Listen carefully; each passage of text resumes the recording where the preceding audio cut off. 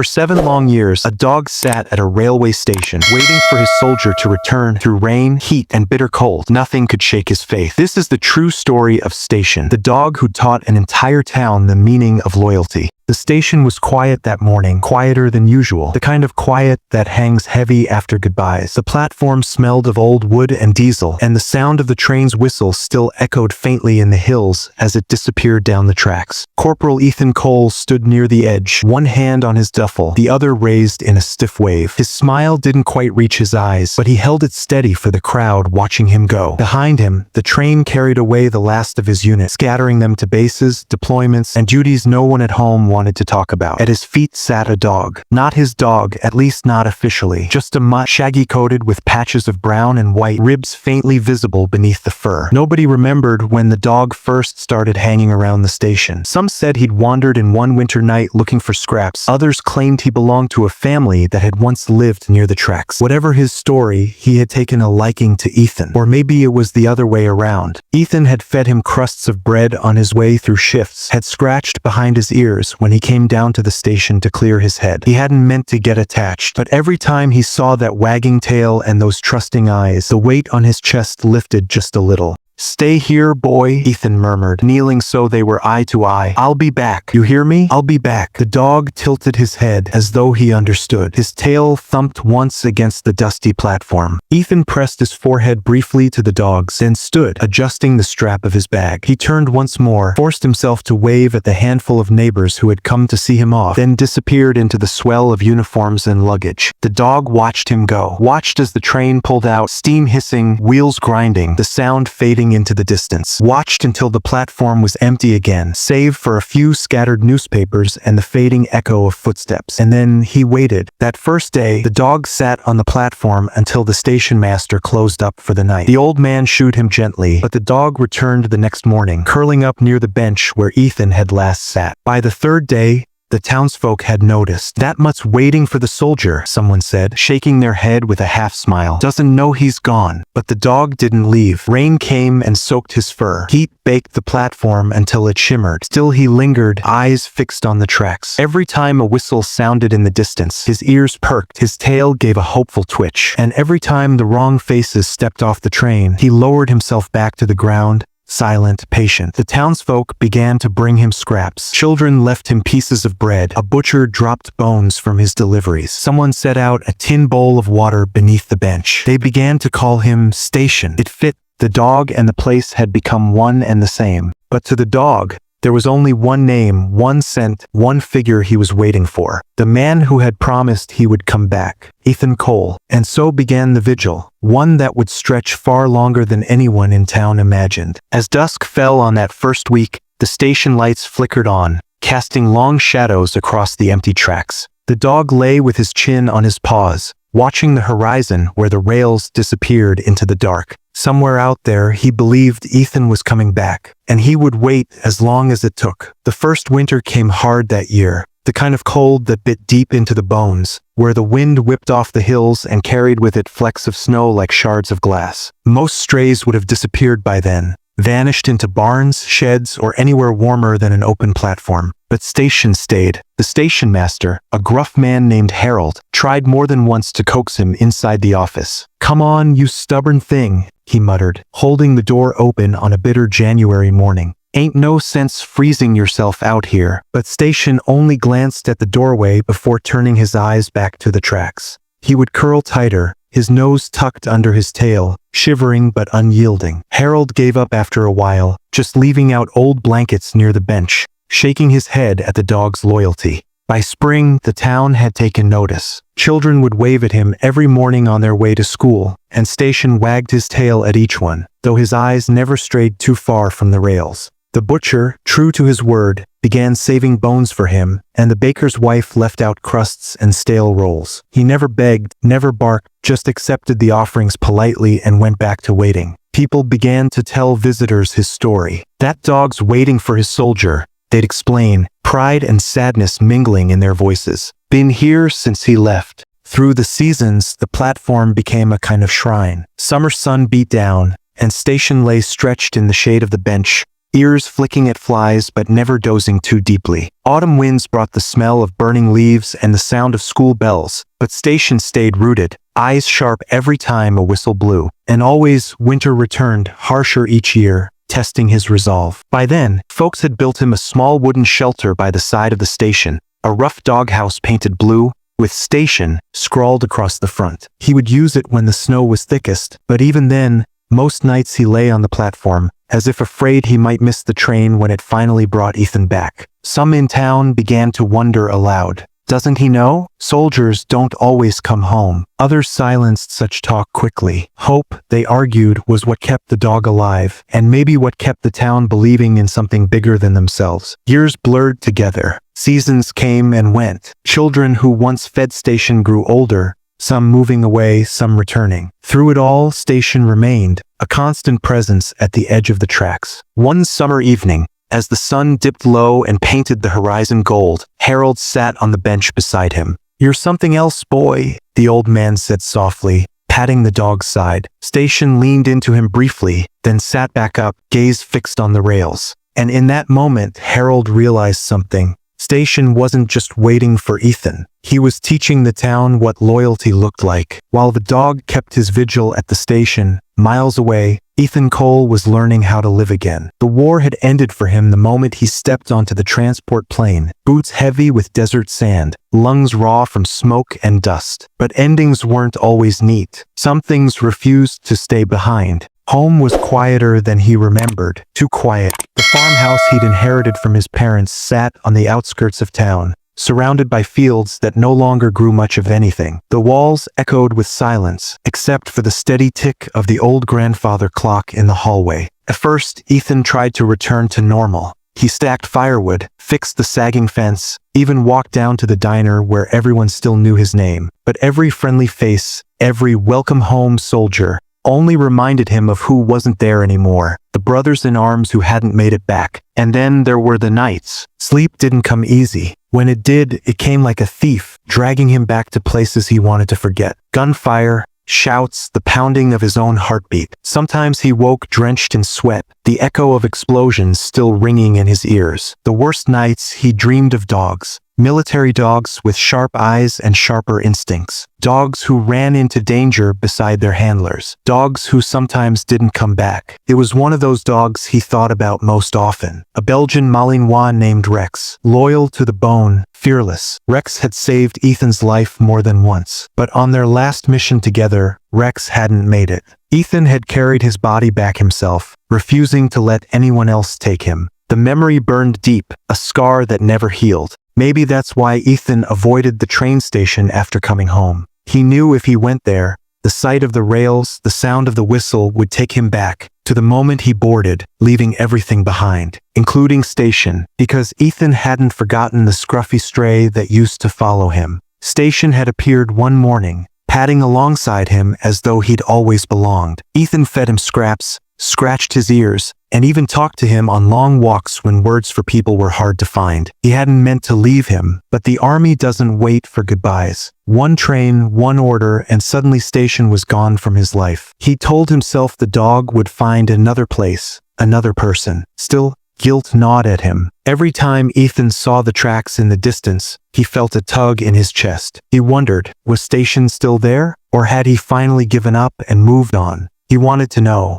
But he couldn't bring himself to look. Not yet. For now, Ethan's days passed in a blur of routine, chopping wood, fixing fences, visiting his therapist at the VA once a week. She urged him to find purpose, to reconnect. "You need something, Ethan," she said gently. "Something to pull you forward instead of back." But Ethan shook his head. "I had that once," he muttered, "and I lost it." What he didn't know was that miles away, on a worn wooden platform, a dog with tired eyes and an unshakable heart still believed in him, still waited, as though every train carried the promise of his return. And fate, patient and quiet, was already moving the pieces that would bring them together again. The diner was busier than usual that morning. The clatter of dishes, the smell of bacon, the low hum of chatter filled the small space. Ethan sat in his usual corner booth, nursing a black coffee that had long since gone cold. He wasn't much for conversation, but people still came by to shake his hand, to say they were glad he was home. He smiled politely, though the smiles never quite reached his eyes. It was the waitress, Mary Ellen, who finally brought it up. "You ever hear about that dog at the station?" she asked, sliding him a fresh cup of coffee without waiting for him to order. Ethan blinked, caught off guard. "What dog?" Mary Ellen raised an eyebrow. "What dog? Lord, Ethan, you mean to tell me you don't know? There's been a stray hanging around the depot for years now. Shows up near every train. Folks say he's waiting for someone."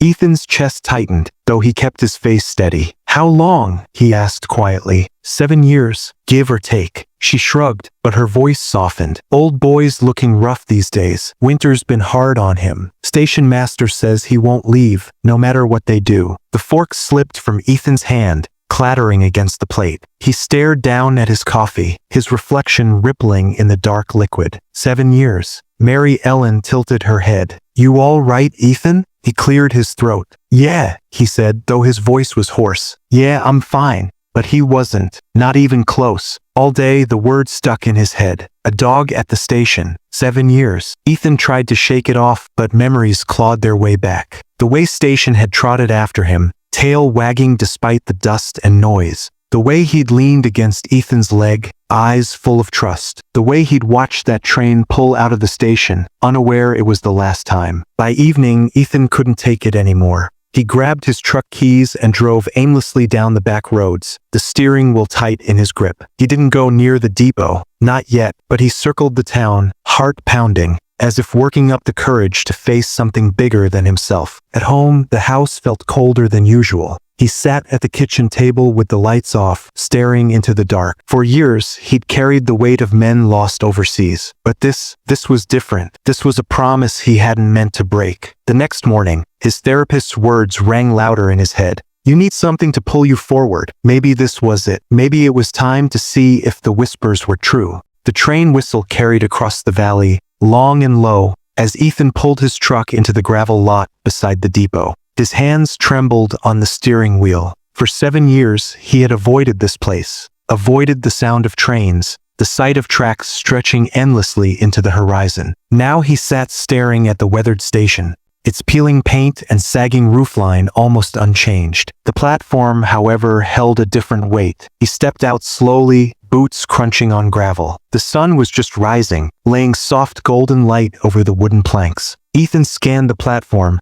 heart pounding in his chest. And then he saw him. The dog lay near the edge of the tracks, head resting on his paws, as though the world had long since grown too heavy. His coat was rough, streaked with gray. One ear drooped where once it had stood tall. But those eyes, deep, brown, searching, lifted the moment Ethan's boots hit the wood. For a second, neither moved. Station blinked, tilted his head, then pushed himself slowly to his feet. His legs trembled, not from fear, but from years of waiting. He took one step, then another. His tail, stiff from disuse, gave the faintest wag. Ethan's throat closed. Station, the name slipped out like a prayer. That was all it took. The old dog broke into a shaky run, claws scraping the platform. Ethan dropped to his knees as Station barreled into him, pressing his head hard against his chest. The years melted away in that instant. The dust, the distance, the silence. None of it mattered. All that remained was the bond that had never broken. Ethan buried his hands in the scruffy fur, feeling the bones beneath, the warmth, the tremble of breath. "I'm sorry," he choked out, voice cracking.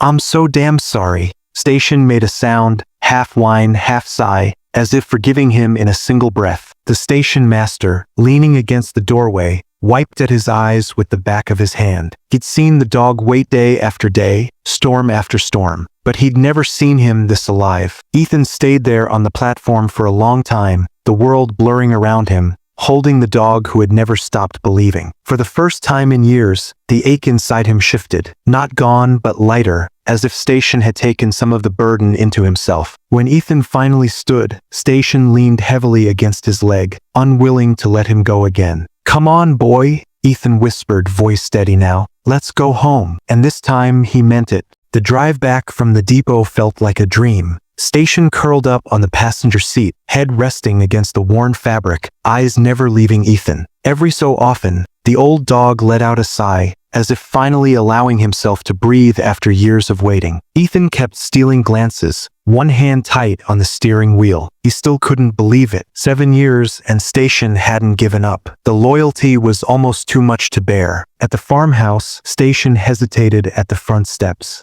His paws scraped against the wood, and he looked up at Ethan as though asking permission. "Yeah, boy," Ethan said softly. "This is home now, yours as much as mine." Inside, the house felt different, less hollow somehow. Station wandered slowly through the rooms, sniffing corners, circling the worn rug, finally curling up by the fireplace. He moved carefully, stiff joints showing the weight of years. Ethan watched from the doorway, an ache spreading through his chest. "You waited all that time," he whispered. "For me." That night, Ethan fixed a simple dinner. He set down a bowl of scraps alongside fresh water, and Station ate with quiet gratitude, licking the bowl clean before settling once more at Ethan's feet. The farmhouse, long filled with silence, now had a new rhythm, the gentle sound of paws on wood, the steady breathing of a dog asleep nearby. It wasn't loud, it wasn't dramatic, but it was alive. Still, life together wasn't without its challenges. Station was old now. The years at the station had worn him down. His back legs were weak. Sometimes he stumbled. Other times, he refused food, only to return hours later hungry again. Ethan found himself watching closely, worrying over every cough, every limp. Yet even in weakness, Station gave more than he took. On the nights when Ethan woke shaking from dreams, Station would lift his head, shuffle over, and press against him. No judgment, no words, just presence. The kind that said, "You're not alone." In return, Ethan found purpose again. He scheduled vet visits, researched senior dog care, laid rugs over the slick floors to keep Station from slipping. He even built a ramp over the porch steps, his hands steady for the first time in years as he hammered wood together. It wasn't easy, but it was something worth doing. One evening, as the sun dipped low over the fields, Ethan sat on the porch with Station leaning against his side. The cicadas hummed, fireflies blinked in the growing dark. "I thought my missions were over," Ethan said quietly. He glanced down at the grizzled dog, whose eyes reflected the last light of day. "Turns out, I had one left." Station thumped his tail once, slow and steady, as though agreeing. Ethan smiled, the kind of smile that reached places inside him he thought were gone. Together,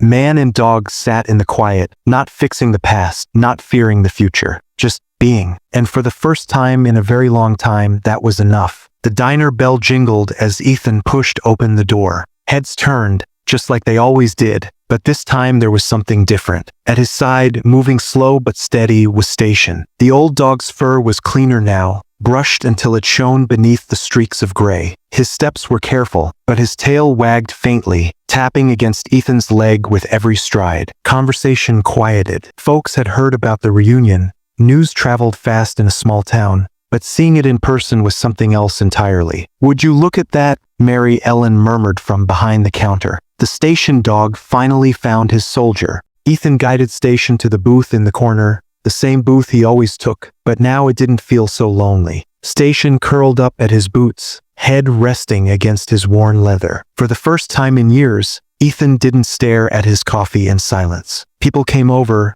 asking questions, telling him how glad they were to see Station finally off the platform. Ethan answered softly, sometimes even with a smile. It was Station who made it easier. When a child reached out timidly to pet him, Station leaned into the small hand, tail thumping. The little girl giggled, and Ethan felt something loosen in his chest. Later, outside on the sidewalk, an older man clapped Ethan on the shoulder. "That dog's been the heart of this town for a long time. Folks'll be glad to see him cared for. Glad to see you too, son." Ethan nodded, the weight of the words sinking deep. For years, he'd felt like a ghost moving through the edges of life. But now, people looked at him differently. Not as the soldier who came home broken, but as the man who brought Station home. In the weeks that followed, Ethan found himself venturing out more often. To the hardware store, to the post office, to the park where kids played and neighbors gathered. Always with Station beside him. Always with eyes softening and smiles widening as they passed. One afternoon, he even stopped by the VA center and signed up to help with a community project, something he never would have done before. When the volunteer asked what changed his mind,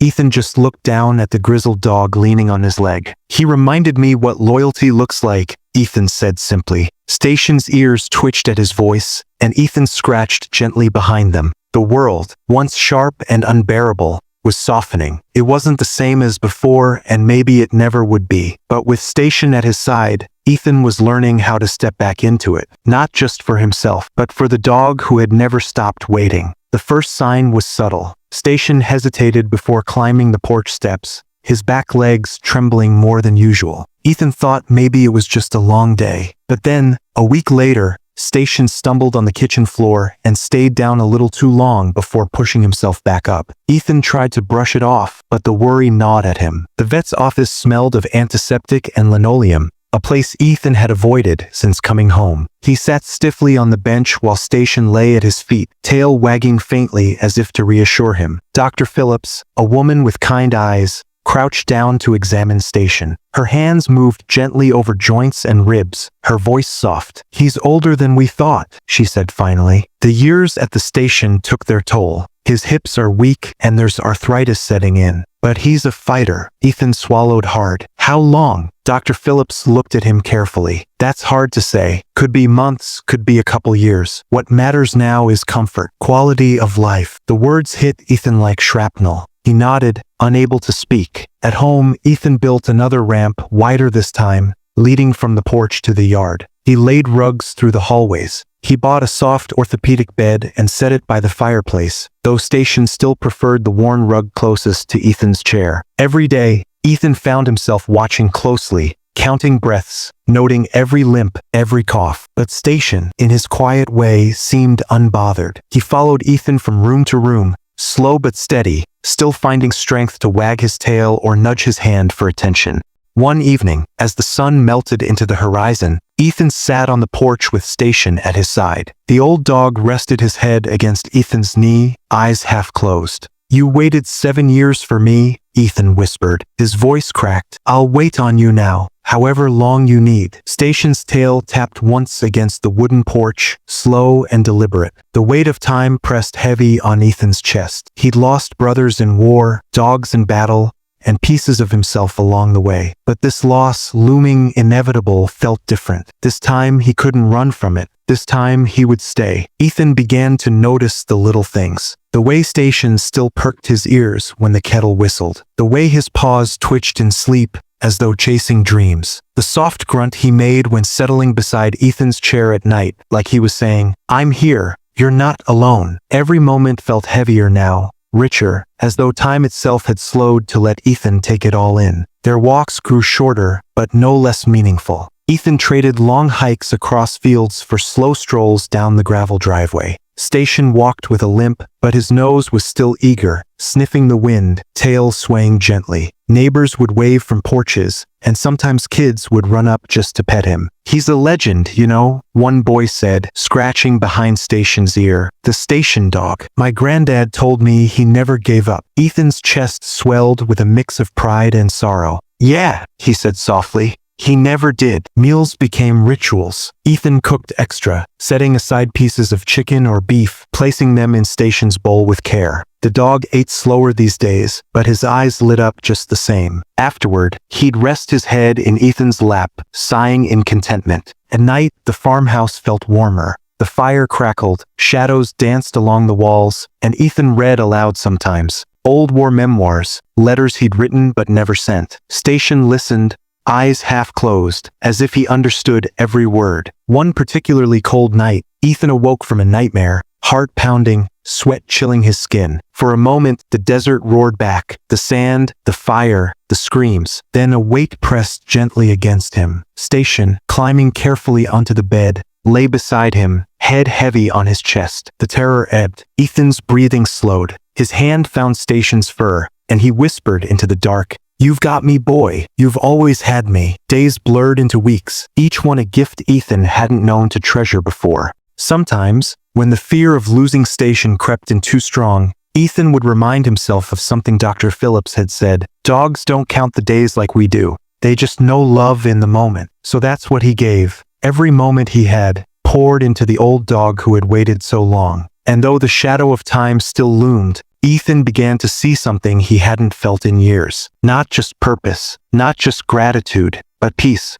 It happened on an ordinary morning. The kettle whistled, sunlight streaming pale through the kitchen window. Ethan poured his coffee, set down a strip of bacon in Station's bowl, just like always. But Station didn't move. He lay by the fireplace, chest rising shallow, eyes half closed. His ears twitched at the sound, but his body stayed still. "Come on, boy," Ethan coaxed, crouching beside him. He nudged the bowl closer. "Your favorite." Station lifted his head with effort, sniffed once, then let it fall again. Ethan's heart clenched. By afternoon, things grew worse. Station tried to follow Ethan out to the porch, but collapsed halfway, legs buckling beneath him. Ethan caught him before he hit the floor, gathering the old dog into his arms. He hadn't carried weight like that since the battlefield, but this was heavier somehow. The drive to the vet was a blur. Ethan barely remembered the turns, the lights, the gravel spitting beneath his tires. He just remembered Station's labored breathing, the way his head rested against Ethan's arm like he was surrendering. Dr. Phillips met them at the door. She didn't ask questions, just ushered them in. Tests, x-rays, hushed words. Ethan paced the cold tile floor, fists clenched. Finally, the vet came to him, her face lined with compassion. "His heart is weak," she said softly. "Age has caught up to him. We can make him comfortable, but Ethan," she paused, choosing her words carefully, "you need to prepare yourself." Ethan shook his head, throat raw. "He waited 7 years for me. I can't just lose him now." Dr. Phillips placed a hand on his shoulder. "You haven't lost him. Not yet. And when the time comes, he'll still be with you.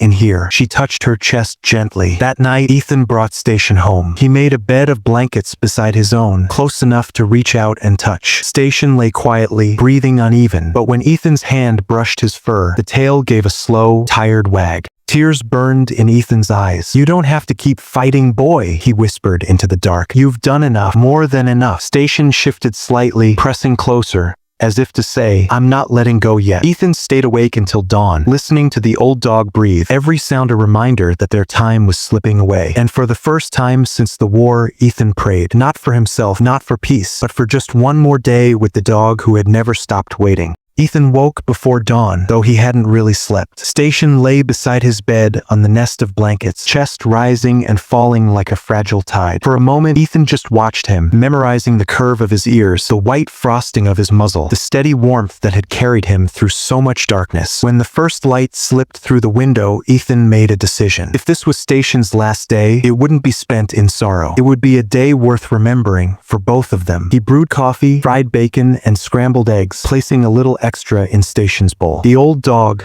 though weak, lifted his head at the smell. Slowly, carefully, Ethan helped him sit up. Station ate a few bites, then looked up at Ethan with tired but grateful eyes. "That's my boy," Ethan whispered, stroking his fur. After breakfast, Ethan carried Station out to the truck. The dog's body was frail, but his eyes lit up as the fresh air brushed his face. Ethan drove to the lake where he and Station had walked so many evenings, the water shimmering like glass in the morning sun. He laid out a blanket beneath a big oak tree, settled Station down, and sat beside him. The world was quiet except for the sound of birdsong and the lapping of water. Ethan reached into a bag and pulled out Station's old, chewed-up tennis ball. "You remember this?" he said with a soft smile. He tossed it gently a few feet. Station made a valiant effort to rise, wobbling on shaky legs before plopping back down with a huff. Ethan chuckled, tears stinging his eyes. "It's okay, buddy. You don't have to chase it anymore. I'll throw it for the both of us." He tossed the ball again, watching it roll through the grass, then brought it back himself and placed it in Station's paws. The dog rested his chin on it, content.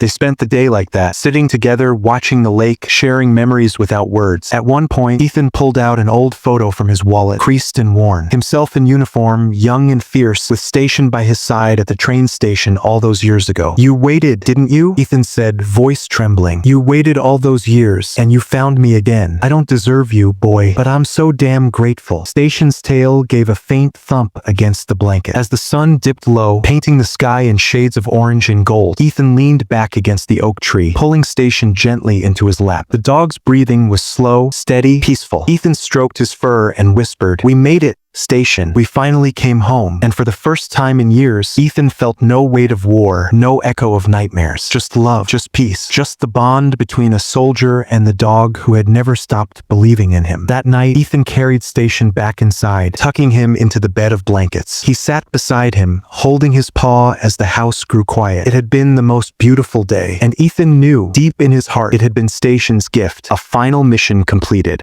The house was quiet that night, the kind of quiet Ethan used to dread. But now it wasn't heavy. It was gentle, almost sacred. Station lay curled on his blanket nest, chest rising and falling in shallow, uneven breaths. Ethan sat cross-legged on the floor beside him, one hand resting on the old dog's paw. He couldn't bring himself to move. Not tonight. Not when every minute felt like sand slipping through his fingers. "Hey, buddy," Ethan whispered, his voice trembling. "You've done enough. You don't have to fight anymore." Station's eyes fluttered open, cloudy but still warm, still searching for him. That familiar thump of his tail brushed the blanket, faint but deliberate. Even at the edge of life, he was still reassuring Ethan, still loyal, still steady. Tears burned Ethan's eyes. He thought of the first time he'd seen Station at the train station, the way the dog had waited, season after season, for a soldier. Ethan's heart broke and swelled at the same time. He leaned close, voice breaking. "It's okay, boy. You can go. You waited long enough. You kept your promise. I'll be all right now. I swear it." And with one final exhale, Station let go. Ethan held him, body shaking, tears falling unchecked. The house was quiet again, but not empty. Not really. The morning after Station passed, Ethan woke to silence. For the first time in years, no soft thump of a tail greeted him, no gentle shuffle of paws across the wooden floorboards. The porch, once their favorite place to sit together, felt hollow without the weight of the old dog curled at his feet. Ethan made coffee out of habit, pouring 2 cups like always, one for himself, one for Station's bowl that he sometimes filled with a splash, just to share. When he caught himself reaching for the second mug, his hand froze midair. Slowly, he set it back down, his chest tightening. Grief had a way of sneaking up like that, in the empty spaces, in the little rituals. He walked out to the porch anyway, cradling his cup. The air was cool, the kind Station loved. The rocking chair creaked under Ethan's weight, and he closed his eyes, remembering the countless evenings spent here with his dog's head resting against his boot. "I don't know how to do this without you," he murmured into the morning breeze. "Neighbors," he pressed a hand to the worn wood of the bench, whispering into the night. "I'll carry it from here, buddy. I promise." The whistle of a distant train echoed across the tracks. Ethan didn't flinch this time. He just sat. Weeks passed, though Ethan barely marked the days. The house was too quiet, the porch too still. Every creak of the floorboards seemed to remind him of Station's absence. But instead of shutting it all out, Ethan began to listen. He realized grief was a weight, yes, but it was also a compass. Every ache, every hollow space pointed back to the love he'd been given. And love, he thought, wasn't meant to stay buried. It was meant to move, to change things. One morning, after another restless night, Ethan drove into town and stopped outside the animal shelter. The same one where Station might have ended up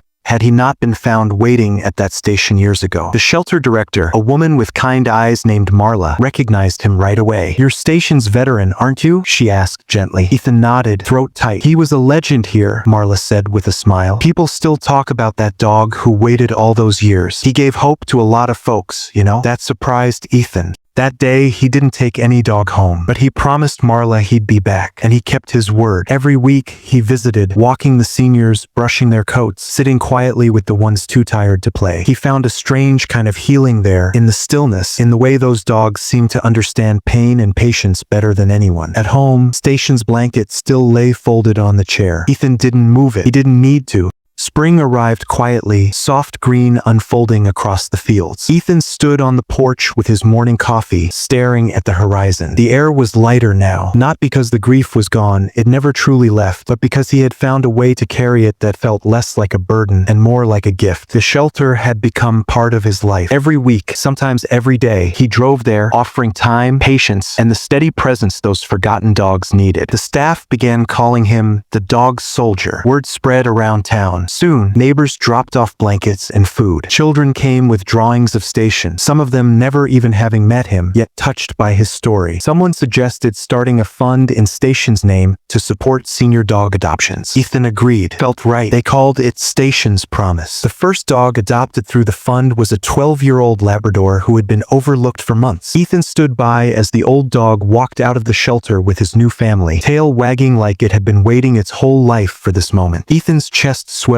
with both pride and ache, and he whispered, "That one's for you, buddy." At night, Ethan still missed Station on the porch. Sometimes, when the wind moved just right, he swore he could hear the faint thump of a tail against the floorboards. But instead of sadness, it filled him with peace. He knew now that love didn't end, transformed. It rippled outward, touching lives in ways unseen. Station's years of waiting at that train station had been more than just loyalty. They had been a mission to teach Ethan the power of hope, patience, and love that refuses to give up. One evening, Ethan sat at the station bench where it all began. The sun was setting, painting the tracks in gold. He pulled out a small plaque he had made, placing it on the wood beside him. It read, "In memory of Station, who waited faithfully and taught us all to keep believing." Ethan rested his hand on the bench, eyes wet but his smile steady. "Your watch is over, old friend," he whispered. "I'll keep it from here." The sound of a distant train filled the air. Ethan didn't see it as departure anymore. He saw it as arrival, a new chapter. He stood, shoulders no longer bowed under the weight of loss, but lifted by the strength of love carried forward. And as he walked home, he felt it again, soft, steady, beside him. The presence of a dog who had waited 7 years for his soldier. The dog who had never given up. Station's story wasn't just about waiting. It was about teaching Ethan and everyone who heard it that love never leaves. It only leads us onward. And so, the veteran and his dog, even apart, were still together. Their bond lived on forever.